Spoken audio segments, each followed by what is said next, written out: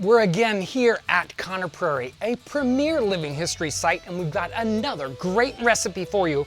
Thanks for joining us today on 18th Century Cooking.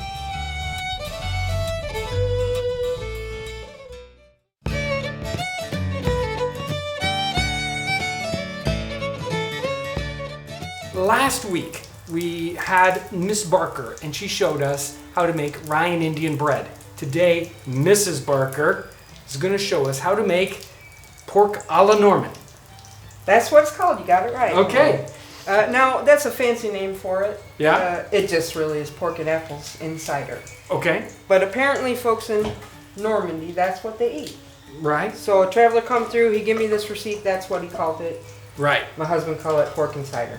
Well, we got us some good hog. It's been about 1.5 pounds, been cubed up and fat trimmed from it.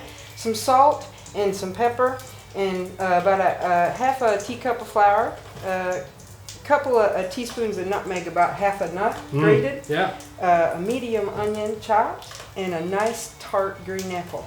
A little bit ago I put some pieces of fat that I trimmed off the pork into the spider and rendered them off. So we're going to go ahead and take this good hog and I'm going to put it in a dish here, and I'm going to just sprinkle that flour over the top of it, and it'll be more than will cover it, and that's all right too. And use your eye and use your sense. You got to cook when you cook with your nose and your mouth and your eyes, your ears, all parts of you.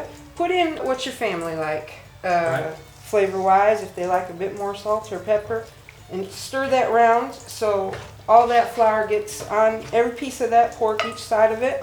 See, now I got to use my eyes, and I need to put a bit more flour there. Yep. It should be not dry, but it shouldn't be wet. It shouldn't be like a paste. There, you want to have a bit of dry flour there, and then we'll go ahead and we'll put this right in the spider.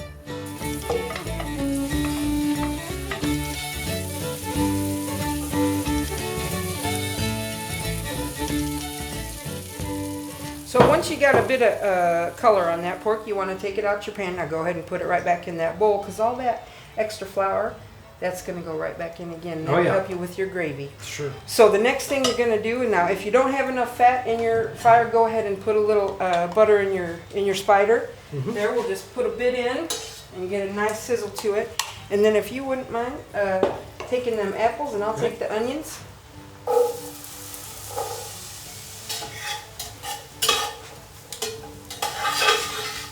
So once your onions and your apples is in, and you stir them around a bit, and they start to cook, while you go ahead and sprinkle that nutmeg right on top of them, mix it around, and let them cook just a bit more, just till them onions just come a little bit clear. Right.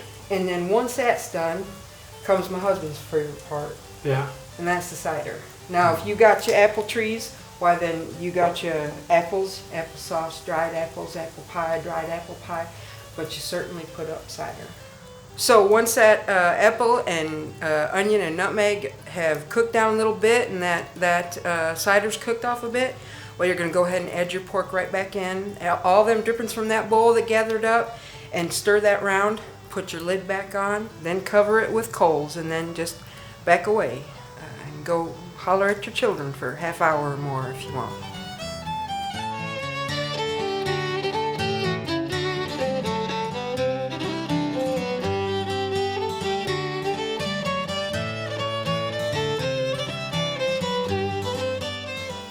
So it's ready. Now you make a face like that and you say something like that, sir. No. And I understand. Now some folk might look at this dish and they say, well, it ain't pretty, but it ain't always got to be pretty. What matters is the taste. I'm sure it's going to taste wonderful too. I'm certain of it, sir. I'm certain of it. In fact, I'm so certain of it. I'm gonna go ahead and just give you plenty to taste. Okay. Wow, the apple flavor, it's wonderful. And that pork is delicious. And more you let that cook, that pork will come more tender and more tender. The nice thing about making any kind of stew is that you ain't got to have an expensive, high piece of meat. Right.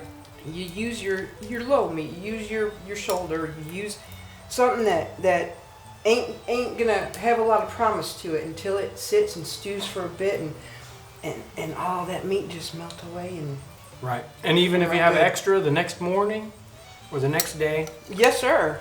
Yes, sir. Although I got a son that's near twice your size, and I don't generally have extra. I bet you don't. No, sir.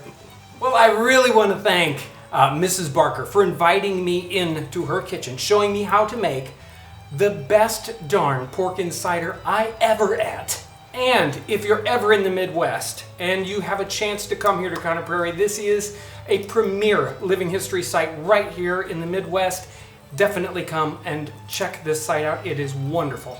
Again, I want to thank you for coming along as we experiment here, as we try these different things out of history, as we savor the flavors and the aromas of the 18th and early 19th century. I want to give a special thanks to all the folks at Conner Prairie, and make sure to check out their website. If you're new to our channel, I want to welcome you. You can subscribe by clicking the button right up here. Also check out our related videos. Thanks so much for watching.